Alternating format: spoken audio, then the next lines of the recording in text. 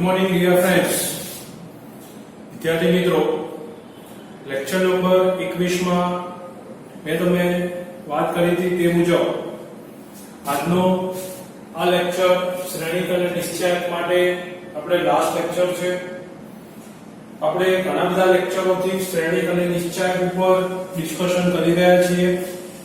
તો આજના લેક્ચરમાં આપણે શ્રેણિક અને નિશ્ચયકના MCQ ને કમ્પ્લીટ કરી નેક્સ્ટ લેક્ચર થી એટલે કે લેક્ચર નંબર 23 થી આપણે ડાયરેક્ટલી સાતત્ય અને વિકલન ઉપર ચર્ચા કરવાની છે. મેં તમને અગાઉ પણ ચર્ચા કરી હતી કે કોઈ પણ ટોપિક છે JEE માં એ સીમિત નથી. એનો મતલબ કે એમાં નંબર ઓફ ક્વેશ્ચન ફિક્સ નથી કે આટલા જ ક્વેશ્ચન કરો તો આટલા ક્વેશ્ચન માંથી જ પોસિબલ ક્વેશ્ચન મળી શકશે. એટલે એમાં આપણે એક લિમિટેશન છે કે અમુક MCQ દરેક મેથડના ડિફરન્ટ ડિસ્કશન કર્યા પછી આપણે નવો ટોપિક કન્સિડર કરવાનો છે. કેમ? કારણ કે જો એક જ ટોપિકને લોંગ ટાઈમ સુધી કન્ટિન્યુ કરીશું તો બાકીના ઘણા ટોપિક આપણે વર્ક કરવાનું છે તે લાસ્ટમાં એને વધારે પ્રાયોરિટી આપી શકાય નહીં. તો જેથી કરીને તમને દરેક ટોપિકને સમાન વેઇટેજ મળે એ હેતુથી આપણે દરેક ટોપિકમાં જે મેઇન MCQ છે જે JEE મેઇનમાં અથવા ઇન પાસ્ટ EI માં જે કોમ્પિટિટિવ એક્ઝામમાં પૂછાયેલા છે એવા તમામ MCQ પર આપણે ડિસ્કશન કરીશું. તમે ટેક્સ્ટબુક લેવલમાં જે MCQ પ્રિપેર કરો છો તેનું પ્રત્યક્ષ અને પરોક્ષ રીતે તમને JEE માં બેનિફિટ થવાનો જ છે. પરંતુ તેમ છતાં પણ કોઈ જગ્યાએ એવું બની શકે કે જ્યાં તમારે કંઈક નવા ક્વેશ્ચન સાથે અથવા તો કંઈક નવી મેથડ સાથે વર્ક કરવાનું આવે તો એ JEE નો પાર્ટ હશે. જેથી કરીને મેં તમને અહીંયા અત્યાર સુધી જે JEE મેઇનની એક્ઝામમાં પૂછાયા છે તેવા બધા ક્વેશ્ચનોનું પણ ડિસ્કશન કરેલું છે. આજે સપોઝ આપણે આ ટોપિકને અત્યારે આ લેક્ચર પછી એને આગળ કન્ટિન્યુ નહીં કરીએ તો એનો મતલબ એવો નથી કે હવે ઇન ફ્યુચર આ ટોપિક વિશે આપણે વિચારવાનું જ નથી. તમને જે વર્કશીટ મળતી રહે છે અથવા તો તમારી જે એક્ઝામ આવે છે એ બધી એક્ઝામમાં આની સિવાયના જે મેં તમને શીખવાડ્યા છે તેની સિવાયના ક્વેશ્ચનો હું તમને આપતો રહીશ. તમારે એને સોલ્વ કરવાના છે. ત્યાર પછી જો કોઈ પણ ડિફિકલ્ટી હોય તો તમે મારી સાથે ડિસ્કશન કરી શકો છો. ઓકે? તો વિદ્યાર્થી મિત્રો, આજના લેક્ચર નંબર 22 માં પહેલો ક્વેશ્ચન હું સ્ટાર્ટ કરું છું. ધારો કે ગણ A તમને વ્યાખ્યાયિત કરેલો છે D, જ્યાં D એ નિશ્ચયક છે અને D ના સભ્યો 0 અથવા 1 છે. અહીંયા એક કન્ડિશન આપી છે કે D એક નિશ્ચયક છે અને D ના સભ્યો કયા છે? 0 અથવા 1. એ ગણ A છે. હવે ગણ B કેવી રીતે વ્યાખ્યાયિત કર્યો છે? તો ગણ B D belongs to A. D એટલે નિશ્ચયક જે A નો સભ્ય છે અને B ની કિંમત 1 છે એટલે કે નિશ્ચયકની કિંમત 1 છે. એનો મતલબ કે B નું ઇન્ટરપ્રિટેશન શું થશે કે જે નિશ્ચયકની કિંમત 1 છે, જો સમજો આનું અર્થઘટન શું થશે કે જે નિશ્ચયકની કિંમત 1 છે એ ઘટક કોનો સભ્ય છે? એનો સભ્ય છે. કોનો સભ્ય છે? એનો સભ્ય છે. ગણ C વ્યાખ્યાયિત કર્યો છે કે જે નિશ્ચયકની કિંમત -1 છે. કઈ છે? -1 છે. જે નિશ્ચયકની કિંમત -1 છે તે ગણ C નો સભ્ય છે. એનો મતલબ કે B અને C આ બંને ગણમાં નિશ્ચયક D એ A ના સભ્ય છે, પણ બંનેની કન્ડિશન ડિફરન્ટ છે. B ની કન્ડિશન શું છે? તો કે B ની કન્ડિશન એવી છે કે જેમાં નિશ્ચયકની કિંમત હંમેશા 1 મળશે. C ની કિંમત છે જેમાં નિશ્ચયકની કિંમત તમારી -1 થશે. તો તમને ચાર ઓપ્શન આપ્યા છે. ફર્સ્ટ ઓપ્શન છે C ખાલી ગણ છે. બીજો ઓપ્શન છે B અને C ની સભ્ય સંખ્યા સમાન છે. ત્રીજો ઓપ્શન છે a બરાબર b રૂટ c, ચોથો ઓપ્શન છે b ના સભ્યોની સંખ્યા a ના સભ્યોની સંખ્યા કરતા 2 ગણી છે. તો આ ચારમાંથી કયો ઓપ્શન હોઈ શકે? તો થોડો ડિફરન્ટ ક્વેશ્ચન છે, સમજજો બરોબર. ક્વેશ્ચન થોડો ડિફરન્ટ છે. હવે તમને અહીંયા હું આ ગણિતથી સ્ટાર્ટ કરું તો ગણે વ્યાખ્યાયિત કર્યું છે d such that d એ નિશ્ચાયક છે અને d ના સભ્યો 0 અથવા 1 હોઈ શકે.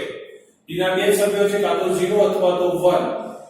હવે ગણ d શું વ્યાખ્યાયિત કર્યો છે કે d એવો નિશ્ચાયક છે, d is the determinant which is the element of a. એટલે d એ a નો સભ્ય છે જ્યાં નિશ્ચાયકની કિંમત 1 છે. તો હવે સમજો અહીંયા કે b માં આવેલ દરેક નિશ્ચાયક d ની કિંમત 1 છે. જો b ના નિશ્ચાયકની કોઈ પણ બે હારની અદલાબદલી કરીએ તો તેની કિંમત શું થાય? -1 થાય. અત્યારે માની લો કે b માં આવેલ નિશ્ચાયક d ની કિંમત કેટલી છે? 1 છે.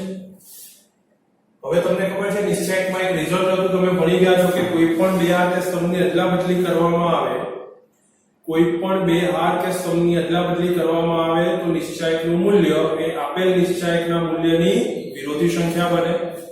તો અહીંયા મેં એવું લખ્યું છે કે b માં આવેલ દરેક નિશ્ચાયક d ની કિંમત 1 છે. અહીંયા તમે આપેલું છે d ની કિંમત 1 છે એવો નિશ્ચાયક d છે જે b માં આવેલો છે ગણ. તો b ના નિશ્ચાયકની કોઈ પણ બે હારની અદલાબદલી કરીએ તો તેની કિંમત -1 થાય. હા, જો તેની કિંમત -1 થાય તો c નો નિશ્ચાયક બને, કારણ કે જેની કિંમત -1 જેવો નિશ્ચાયક ક્યાં છે? c માં છે. તેથી b ના દરેક નિશ્ચાયકને અનુરૂપ c માં એક નિશ્ચાયક મળે છે.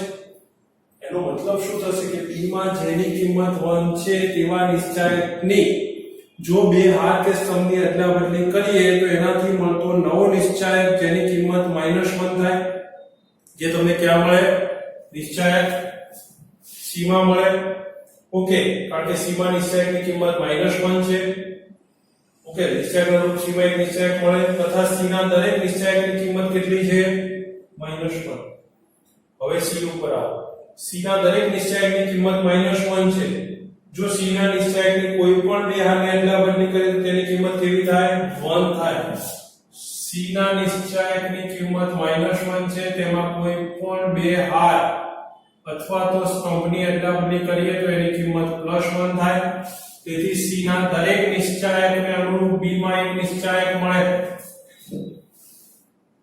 c ના દરેક નિશ્ચાયકને અનુરૂપ b માં એક નિશ્ચાયક મળે.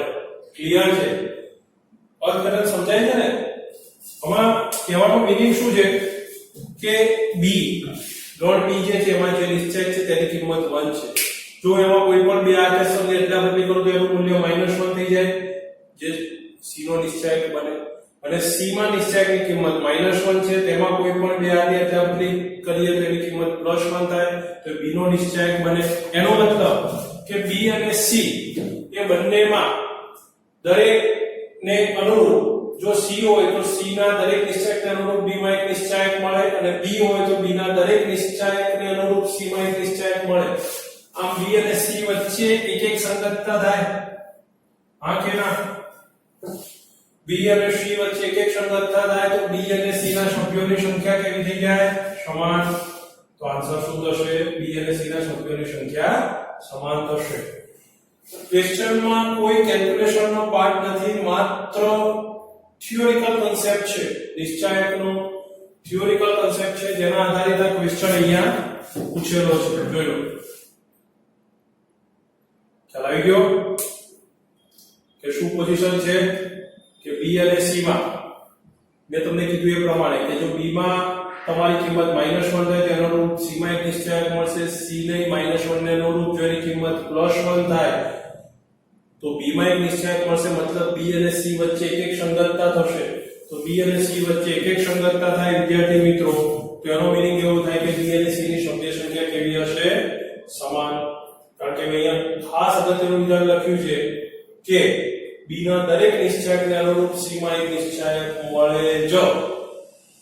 b માં જેટલા પણ નિશ્ચાયક છે જેની કિંમત -1 છે એને અનુરૂપ c નો એક નિશ્ચાયક મળે, અને c ના દરેક નિશ્ચાયકને અનુરૂપ b માં એક નિશ્ચાયક મળે. મતલબ there is a 1-1 correspondence between B and C. So therefore the number of elements in B is equal to the number of elements in C. એટલે કે B અને C ની સભ્ય સંખ્યા કેવી થશે? સમાન થશે. કેવી થશે? સમાન થશે. ક્લિયર? ઓકે. નેક્સ્ટ ક્વેશ્ચન વિદ્યાર્થી મિત્રો, અહીંયા આપી છે x raised to a y raised to b is equal to e raised to m. સમજો ઘાતાંકીય વિધેય છે. x raised to c y raised to b is equal to e raised to n. Question થોડો different છે, સમજો બરોબર. ઘાતાંકીય part આપેલો છે, d1 d2 અને d3 ત્રણે ટુ ક્રોસ ટુ ડિટર્મિનન્ટ આપેલા છે. ફરીથી x raised to a y raised to b is e raised to m, x raised to c y raised to d is e raised to n, d1 m b n d, d2 a m c n અને d3 a b c d. આ ત્રણ to cross two determinant આપેલા છે. કયા આપ્યા છે? 2 cross 2. તો x અને y ની કિંમત અનુક્રમે ખાલી જગ્યા છે નિશ્ચાયક x અને y ની કિંમત અનુક્રમે ખાલી જગ્યા છે જ્યાં d3 નોટ ઇક્વલ ટુ 0. તો તમારે આ x અને y ની કિંમત શોધવાની છે જ્યાં તમારા નિશ્ચાયક d3 ની કિંમત નોટ ઇક્વલ ટુ 0 છે. તમને ઓપ્શન આપ્યા છે d1 ના છેદમાં d3, d2 ના છેદમાં d3. ઓપ્શન બી આપે છે d2 by d1 oblique sorry d3 by d1. ત્રીજો ઓપ્શન છે log d1 by d3 log d2 by d3 અને ચોથો ઓપ્શન છે e raised to d1 by d3 e raised to d2 by d3. સમજી લો. Question સમજો બરોબર. Question માં શું કહેવા માંગે છે કે તમને અહીંયા બે ઘાતાંકીય પાર્ટ વાળા બંને ફંક્શન આપ્યા છે અને ત્રણ d1 d2 અને d3 2 ક્રોસ 2 ડિટર્મિનન્ટ આપ્યા છે. તો અહીંયા મિત્રો x અને y ની કઈ કિંમત મળે, x અને y ની કઈ કિંમત મળે તે શોધવાનું છે. અને એક કન્ડિશન આપી છે જ્યાં તમારા d3 which is not equal to 0, d3 0 નથી. ઓકે.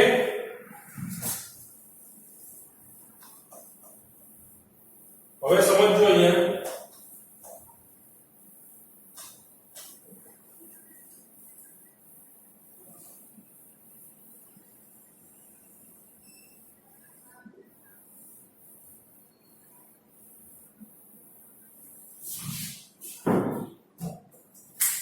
તમને પહેલું જે ઇક્વેશન ઘાતાંકીય પાર્ટ આપ્યો છે કે x raised to a y raised to b which is e raised to m અને x raised to c y raised to d which is e raised to n. તમે સાતત્ય અને વિકલનનો વિદ્યાર્થી મિત્રો અભ્યાસ કરશો એમાં ઘાતાંકીય વિધેય આવશે. તો કોઈ પણ ઘાતાંકીય વિધેયને હંમેશા લઘુગુણકીય વિધેયમાં કન્વર્ટ કરી શકાય. શેમાં? લઘુગુણકીય વિધેયમાં. તો આની બંને બાજુ log લઈએ. મેં જે કરી છે પ્રોસીજર એ લખું છું. બંને બાજુ log લેતા કૌ લગાય log x raised to a y raised to b which is log e raised to m log x raised to c y raised to d log e raised to n sorry અહીંયા n. Okay. log માં ગુણાકાર એટલે સરવાળો થાય. તો log x raised to a log y raised to b log e raised to m log x raised to c log y raised to d log e raised to n. હવે log માં નિયમ છે, log માં ઘાત ક્યાં આવશે? આગળ આવશે. તો આને એવું લખી શકાય a log x plus b log y. અહીંયા log બેઝ e છે, પાવર આગળ આવે તો આ 1 થઈ જાય. સેમ વે આ ઇક્વેશન પરથી c log x d log y which is n. તો આ બંને ઇક્વેશન મળે. તમને જો આના ઉપરથી તમને બે ઇક્વેશન મળે. a log x plus b log y is m, c log x plus d log y which is equal to n. મેં શું કર્યું છે, જે ઘાતાંકીય વિધેય હતા એ ઘાતાંકીય વિધેયમાંથી લઘુગુણકીય વિધેય બનાવ્યા છે અને એના પરથી મેં બે ઇક્વેશન સોર્ટ આઉટ કરેલા છે. હવે તમારી પાસે ત્રણ નિશ્ચાયક છે, એમાં ત્રીજા નિશ્ચાયકની કિંમત નોટ ઇક્વલ ટુ 0 છે. That means d3. d3 તમને નોટ ઇક્વલ ટુ 0 આપેલું છે, તો વિદ્યાર્થી મિત્રો d3 that is abcd not equal to 0 છે, તો સમજો ક્રેમરના સૂત્રની મદદથી આ બંને જે સમીકરણ છે લખી શકાય -m is equal to 0 -n equals to 0. તો યાદ કરો ક્રેમરના સૂત્ર મુજબ મારે ધારો કે log x નો ઉકેલ લખવો હોય તો આના છેદમાં હું d3 લખીશ, અને log y નો ઉકેલ લખવો હોય તો આના છેદમાં હું d3 લખીશ. હા કે ના? કારણ કે d3 નોટ ઇક્વલ ટુ 0 છે. હવે મારે x વાળા પાર્ટનું સોલ્યુશન જોતું હોય તો x વાળો પાર્ટ નહીં લેવાનો, y વાળો પાર્ટ અને અચળ પદ that is bd minus m minus n, bd minus m minus n. y વાળા પાર્ટનું સોલ્યુશન જોઈએ છે તો x વાળો અને અચળ પદ તો ac minus m minus n. આ કે ના? તો આનો હું રીતે લખી શકું log x m n bd. Okay, log x m n bd બંનેની અદલાબદલી કરી બે હાર સ્તંભની છેદમાં d3. તો m n bd બરાબર શું છે? જુઓ m n bd બરાબર d1 છે, તો વિદ્યાર્થી મિત્રો આના બરાબર d1 ના છેદમાં d3 that is log x. હા કે ના? અહીંયા log y minus sin બહાર લઈ લઈએ તો acmn by d3, but acmn is d2 by d3 that is log y. હવે તમે સમજો કે log x અને log y છે, આ બંનેમાં હું મારી પાસે log x ની કિંમત છે d1 by d3, તો હું x ને કરતા બનાવું તો લઘુગુણક વિધેયમાંથી ઘાતાંક વિધેય થઈ જાય e raised to d1 by d3. આ પહેલું x નો ઉકેલ આવશે. અને સપોઝ અહીંયા log y is equal to d2 by d3, this implies y is equal to e raised to d2 by d3. that is the second solution. So વિદ્યાર્થી મિત્રો simple question એકદમ, પણ ક્વેશ્ચન ને લઘુગુણકીય વિધેયમાં change કર્યા પછી Cramer સૂત્રનો ઉપયોગ કરી તમારે x અને y ની વેલ્યુ શોધેલી છે. ઓકે, બંને સારા ક્વેશ્ચન હતા, ક્વેશ્ચન 1 અને ક્વેશ્ચન 2. આ બંને ક્વેશ્ચન ડિફરન્ટ હતા. તો મેં તમને કીધું તે પ્રમાણે વિદ્યાર્થી મિત્રો કે મેં જે MCQ ની ચર્ચા કરેલી છે, જે ડિસ્કશન કરેલું છે, તેમાં બે સામાન્ય ક્વેશ્ચન ઉપર ભાર આપેલો જ નથી કે જે તમે ટેક્સ્ટબુક લેવલ પર ભણવાના છો, તમે એને સોલ્વ કરવાના છો. મેં ડિફરન્ટ ટાઈપના એક ક્વેશ્ચનો તમને એક્સપ્લેન કરેલા છે કે જે તમારે કોઈ ને કોઈ જગ્યા પર કામ લાગે. ઓકે,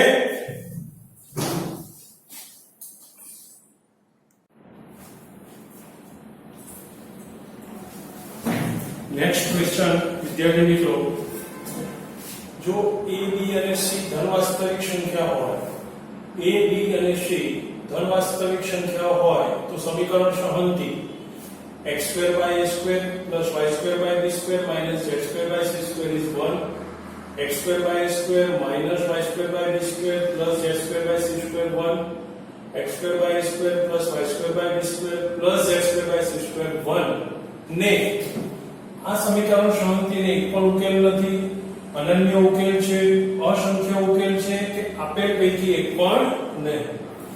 હવે તમને આપ્યું છે કે abc ધન વાસ્તવિક સંખ્યા હોય. શું હોય?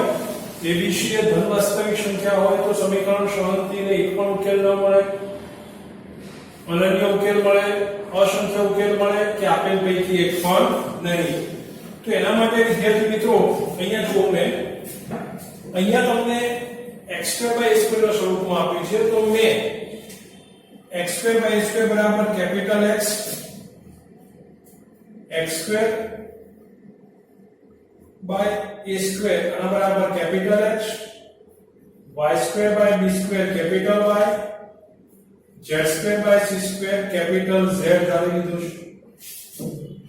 ઓકે, તો આ જે ત્રણ સમીકરણ છે, આ ત્રણ સમીકરણ સહનથીનું નવું સ્વરૂપ કેવું થશે? આની જગ્યાએ કેપિટલ X લખાય, तो capital X plus capital Y minus capital Z is 1.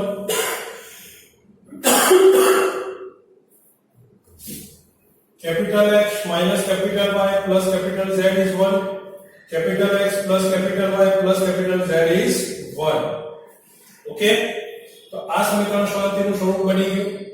હવે તમને આ સમીકરણ શાંતિના સ્વરૂપ પરથી તમને અહીંયા શું કીધેલું છે કે તમને એક પણ ઉકેલ નથી, અનન્ય ઉકેલ છે, અસંખ્ય છે કે એક પણ નહીં. ઓકે, તો આ સમીકરણ શાંતિમાં આપણે પહેલો મેન નિશ્ચયક લઈ લઈએ 1 1 -1 1 -1 1 પ્લસ 1 1 1. ઓકે, તો તમે આ જે નિશ્ચયક લેશો તો આ નિશ્ચયકનું મૂલ્ય તમે એનું વિસ્તરણ કરશો તો -4 which is not equal to 0 આવશે.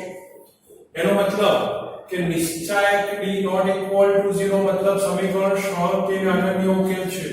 શું છે કે સમીકરણ શાંતિને અનન્ય ઉકેલ છે. એનો મતલબ કે જો સમીકરણ શાંતિને અનન્ય ઉકેલ હોય તો આપણે શું ધાર્યું x y z. હવે સમજો આ નિશ્ચયક પછી તમે એવું કહો કે સમીકરણ શાંતિને અનન્ય ઉકેલ છે તો અહીંયા આન્સર ક્લિયર નથી થતો. કેમ? કારણ કે તમે x2 by x2 બરાબર capital x, y2 by b2 capital y, z2 by c2 capital z તમારો જે નવું સમીકરણ શાંતિનો પાર્ટ છે એ કેપિટલ x y z માં છે. તમારું ઇક્વેશન x2 by a2 માં છે. તો આનું લખી શકાય x2 is a2x, b2 is b2y અને z2 is c2z. So x is plus or minus a root x, y is plus or minus b root y, z is plus or minus c root z. તો આ સમીકરણ શાંતિને કેટલા ઉકેલ મળે? તો 2 આ 2 ને આ અને 2 આ ટોટલ 8 ઉકેલ મળે. કેટલા મળે? 8 ઉકેલ મળે. સમીકરણ શાંતિનો અનન્ય ઉકેલ હતો પણ ક્યાં હતો? તો કે કેપિટલ x y z માં જ્યારે તમારી સમીકરણ શાંતિ હતી ત્યારે, પણ તમે એને સ્મોલ x y z માં કન્વર્ટ કરો છો કારણ કે તમારો original question small x y z માં છે. તો સ્મોલ x y z માં સમીકરણ શાંતિને 8 ઉકેલ મળે. તો અહીંયા એક પણ ઓપ્શનમાં 8 ઉકેલ નથી, માટે તમારો આન્સર આવશે ડી. આપેલ પૈકી એક પણ નહીં. એક પણ ઉકેલ નથી ના કહી શકાય, અનન્ય ઉકેલ કહી શકાય. પણ જો કેપિટલ x y z માં હોય તો આ તો આપણે સપોઝિશન કર્યું હતું, આપણે સરળતા ખાતર સપોઝિશન કર્યું હતું, એટલે ફરી પાછું તમારે ઓરિજિનલ ચલમાં જ આન્સર શોધવો પડે. અસંખ્ય ઉકેલ છે એ પણ શક્ય નથી. એનો મતલબ કે આપેલ પૈકી એક પણ નહીં. ઓકે, તો આ ક્વેશ્ચન થયો.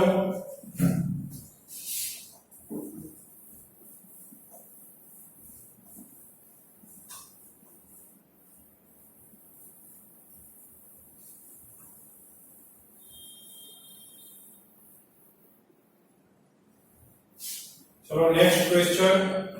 અહીંયા તમને આપ્યું છે એક દ્વિઘાત સમીકરણ ઉપરનો ક્વેશ્ચન છે કે જો a ગ્રેટર ધેન 0 અને ax2 2bx c નો વિવેચક ઋણ હોય, a કેવો છે? પોઝિટિવ છે, અને ax2 2bx c એનો વિવેચક ઋણ છે. તો a પોઝિટિવ છે, that means your a must be greater than 0, અને ax2 2bx c આનો વિવેચક લેસ ધેન 0. આનો વિવેચક મતલબ b2 4ac. અહીંયા b એટલે કેટલા થશે? 2b 4ac which is less than 0. so 4b2 4ac less than 0 થાય. તો આમાંથી 4 થી ડિવાઇડ કરી નાખું તો b2 ac less than 0. call it equation 1. આ તમારો વિવેચકનું સૂત્ર છે. તમને આપ્યું છે કે a પોઝિટિવ છે અને ax2 2bx c જેનો વિવેચક આ થશે b2 4ac પ્રમાણે. એટલે આના પરથી મેં 4 થી ડિવાઇડ કર્યા તો b2 ac નેગેટિવ થશે. હવે તમને આપ્યું છે કે a greater than 0 અને delta less than 0. b2 4ac मतलब delta which is less than 0. જો દ્વિઘાતમાં રૂલ્સ છે કે a પોઝિટિવ હોય અને ડેલ્ટા લેસ ધેન 0 હોય તો તમારું ax2 2bx c હંમેશા કેવું થાય? ગ્રેટર ધેન 0 થાય. કેવું થાય? Greater than 0. યાદ રાખજો કે a પોઝિટિવ હોય, your a is positive and your discriminant must be less than 0, then your quadratic form ax square plus 2bx plus c is always greater than 0. ax square plus 2bx plus c greater than 0. Okay, હવે મને જે determinant આપ્યો છે એના પરથી મારે check કરવાનું છે. આ બે વિધાનો આપણે ડિસ્કશન કર્યું કે a પોઝિટિવ હોય અને વિવેચક ઋણ હોય. જો વિવેચક ઋણ હોય ax square plus 2bx plus c નો વિવેચક ઋણ હોય તો તમારું દ્વિઘાત સમીકરણ હંમેશા કેવું થશે? પોઝિટિવ થશે. કેવું થશે? પોઝિટિવ થશે. તો આ નિશ્ચયક ઉપરથી બે પ્રોસેસ થઈ શકે. સપોઝ તમે આને -x થી મલ્ટીપ્લાય કરીને એડ કરો તો 0 અને -1 થી મલ્ટીપ્લાય કરીને એડ કરો તો 0. તો આ રો વાઇઝ અથવા કોલમ વાઇઝ ફર્સ્ટ રો ને -x થી મલ્ટીપ્લાય કરી થર્ડ માં, સેકન્ડ ને -1 થી થર્ડ માં, તો આ 0 થશે, આ 0 થશે. અહીંયા -ax સ્ક્વેર -b માઈનસ આને કેટલા વડે કરવાના? -1 વડે. તો -ax square -bx square -c. Okay, first વડે તમે કેટલા વડે કરો છો? -x વડે. તો -ax સ્ક્વેર -bx અને આમાં -1 વડે એટલે -bx. સો ax સ્ક્વેર 2bx c થાય. ત્રણેયમાંથી માઈનસ સાઈન 12. આ ab ax b bc આ થશે bx c. ક્લિયર? હવે હું ત્રીજી આરથી વિસ્તરણ કરું. ધારો કે આ એલિમેન્ટથી વિસ્તરણ કરું -ax સ્ક્વેર 2bx c. તો આ બંનેનો ગુણાકાર આપણને that is ac b square. હું b સ્ક્વેર ac લખું અને ax સ્ક્વેર 2bx c લખું. આનો ઓર્ડર ઇન્ટરચેન્જ કરું તો આ માઈનસ ના પ્લસ થઈ જાય. ભાગ્યાના યસ. હવે જો b સ્ક્વેર 4ac કેવું છે? નેગેટિવ. ax સ્ક્વેર 2bx કેવું છે? પોઝિટિવ. સો મિત્રો negative into positive air answer must be negative. તો તમારો આન્સર થશે ઋણ. શું થશે? ઋણ થશે. આનો મીનિંગ શું થશે વિદ્યાર્થી મિત્રો? કે જો તમારા a પોઝિટિવ હોય અને ax સ્ક્વેર 2bx c નો વિવેચક ઋણ હોય તો નિશ્ચયકની કિંમત ઋણ થશે. એ મેં તમને સમજાવ્યું તે પ્રમાણે કે કોઈ પણ નિશ્ચયકમાં યાદ રાખજો કે a પોઝિટિવ હોય અને તમારો ડિસ્ક્રિમિનન્ટ એટલે કે ડેલ્ટા લેસ ધેન 0 હોય તો ax સ્ક્વેર 2bx c હંમેશા કેવા થાય? પોઝિટિવ થાય. કેવા થાય? પોઝિટિવ થશે. ઓકે, આ વસ્તુ ધ્યાન રાખજો. ક્લિયર છે? તો અહીંયા મેં તમને આજે જે ચાર ક્વેશ્ચન કીધા, આ ચારે ચાર ક્વેશ્ચન ડિફરન્ટ મેથડ ના હતા. ઓકે, પહેલા બે ક્વેશ્ચન જોયા અને હમણાં ત્રીજો અને ચોથો ક્વેશ્ચન જોયો. એ ચારે ચાર ક્વેશ્ચન ડિફરન્ટ મેથડ ના તમને મેં એક્સપ્લેન કરેલા છે. ઓકે,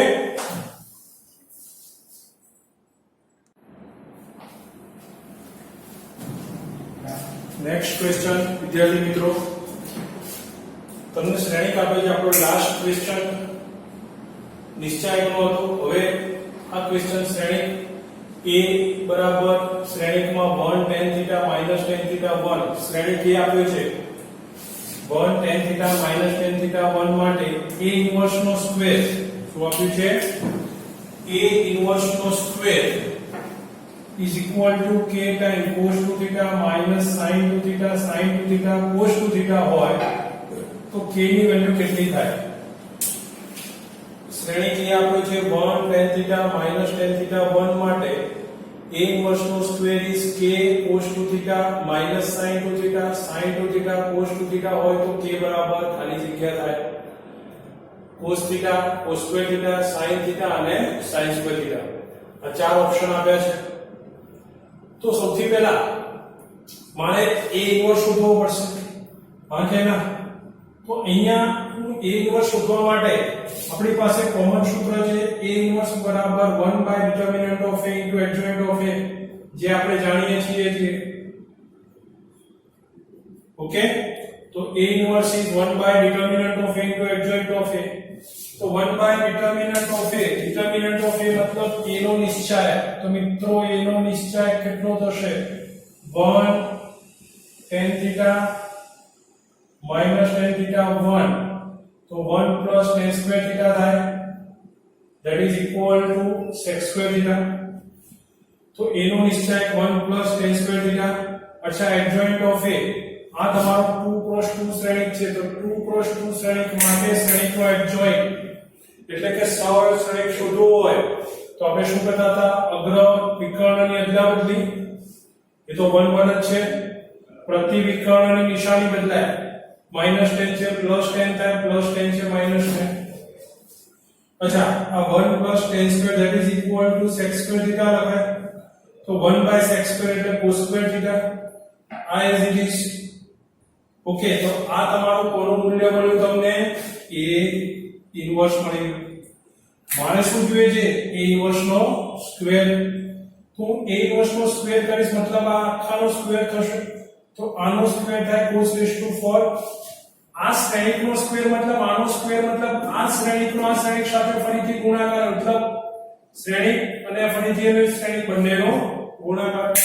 અહીંયા જો cos⁴. આ શ્રેણિકનો આ શ્રેણિક સાથે ગુણાકાર 1 એકા 1 tan square that is 1 minus tan square. -10 -2 tan theta. 10 2 tan theta minus tan square 1 that is minus tan square plus 1. Clear છે? આ cos4 theta આ શ્રેણિકનો આ શ્રેણિક સાથે ગુણાકાર મતલબ મેં ત્યાં લખેલો છે. હવે સમજો, આ જે cos4 theta છે એનો હું લખી શકું cos² cos². આના પરથી હું લખી શકું cos² theta છેદમાં sec² theta. હા કે ના? કારણ કે આ cos² છે એનું ગેસ લઈ લીધું sec² અને આના બરાબર હું લખી શકું cos² theta sec² ની જગ્યાએ 1 plus tan² theta. તો આ જે સ્ટેપ છે એ સ્ટેપ મે અહીંયા લખેલું છે. તો આ cos4 માંથી મેં ટ્રાન્સફોર્મેશન કરેલું છે. જો cos² theta cos4 છે તો cos² cos² લખાય. cos² cos². હવે જે cos² જેનો ગેસ કર્યો તો cos² by sec². sec² એટલે 1 plus tan². so cos4 is nothing but cos² by 1 plus tan². Clear? Okay, હવે સમજો આ પ્રોસેસ શા માટે કરવી પડી 1 plus tan² ની. તો અહીંયા મારી પાસે 1 minus tan² minus 2 tan 2 tan minus tan² plus 1 છે. મારે ઓરિજિનલ શ્રેણિક cos2 theta minus sin2 theta sin2 theta અને cos2 theta લાવવો છે. તો મેં શું કર્યું છે કે આ જે 1 plus tan² છે એને અંદરના દરેક પદ વડે ભાગી નાખ્યા એટલે કે આને ગુણી નાખ્યા. તો 1 minus tan² by 1 plus tan² minus 2 tan by 1 plus tan², 2 tan by 1 plus tan² અને 1 minus tan² by 1 plus tan². એનો મતલબ દરેક વડે મેં 1 plus tan² વડે ભાગી નાખ્યા છે. મિત્રો આ એક ચેન્જ કરવાનું કારણ મારે cos2 theta નું અને sin2 theta નું સૂત્ર બનાવવું હતું tan માં. કારણ કે મારી પાસે અંદર શ્રેણિકમાં tan નું વિધેય છે. હવે તમે સમજો, આની જગ્યાએ cos2 theta લખાય, આની જગ્યાએ tan2 theta, ફરીથી સોરી અહીંયા sin2 theta લખાશે not tan. અહીંયા થશે તમારું sin2 theta અને sin2 theta. એનો મતલબ કે તમારા અંદર જે tan ના વિધેય છે sin અને cos માં બનેલા છે એટલે cos² theta શ્રેણિકમાં cos2 theta minus sin2 theta sin2 theta cos2 theta આ પણ 2 cross 2 શ્રેણિક જેનો સહગુણક cos² છે જે તમને આપેલો છે જેનો સહગુણક k છે. તો આ ક્વેશ્ચન આ શ્રેણિકને આની સાથે સરખાવશો તો તમને k ની વેલ્યુ મળશે cos² theta. સિમ્પલ ક્વેશ્ચન છે. એક ખાલી ક્વેશ્ચનનો મેં ટર્નિંગ પોઈન્ટ અહીંયા છે કે a ઇન્વર્સ પછી a² શોધવાનું. a ઇન્વર્સ નો સ્ક્વેર શોધવા માટે cos4 છે એ cos4 ને આ રીતે ટ્રાન્સફર કરવા જ પડશે તો જ તમારું અંદર cos2 theta અને sin2 theta નું tan માં સૂત્ર બનશે, અધરવાઇઝ એ બનશે નહીં. ક્લિયર? તો વિદ્યાર્થી મિત્રો આજના આ લેક્ચર નંબર 22 માં આપણે શ્રેણિક અને નિશ્ચયક ના જેટલા પણ ક્વેશ્ચનો આજે જોયા અને અગાઉના લેક્ચરમાં પણ આપણે ડિસ્કશન કર્યું. તો હવે આપણે નેક્સ્ટ લેક્ચર નંબર 23 થી ફરીથી આપણે સાતત્ય અને વિકલન ઉપર ફોકસ કરવાનું છે, જે તમારું રનિંગ ચેપ્ટર છે. ઓકે, આનો જે પાર્ટ છે ઘણા બધા ક્વેશ્ચનો કર્યા, હજી ઘણા બધા ક્વેશ્ચનો તમારી સામે આવવાના છે. એ ક્વેશ્ચનો આઈધર વર્કશીટમાં અથવા તો એક્ઝામમાં આનાથી ડિફરન્ટ ક્વેશ્ચન હશે આવશે. તમારી પાસે નંબર ઓફ ક્વેશ્ચનનું લિસ્ટ વધતું જશે, પણ એ દરેક ક્વેશ્ચન તમારી સામે ડિફરન્ટ મેથડ ના જ હશે કે જેથી કરીને તમને કોઈ ક્વેશ્ચનનું રિપીટેશન નહીં થાય. ઓકે, તો વિદ્યાર્થી મિત્રો આવા ઘણા બધા ક્વેશ્ચનો ભવિષ્યમાં કરતા રહીશું. ઓકે, ફરીથી લેક્ચર નંબર 23 માં મળીશું સાતત્ય અને વિકલન સાથે. Okay, have a good day. Thank you.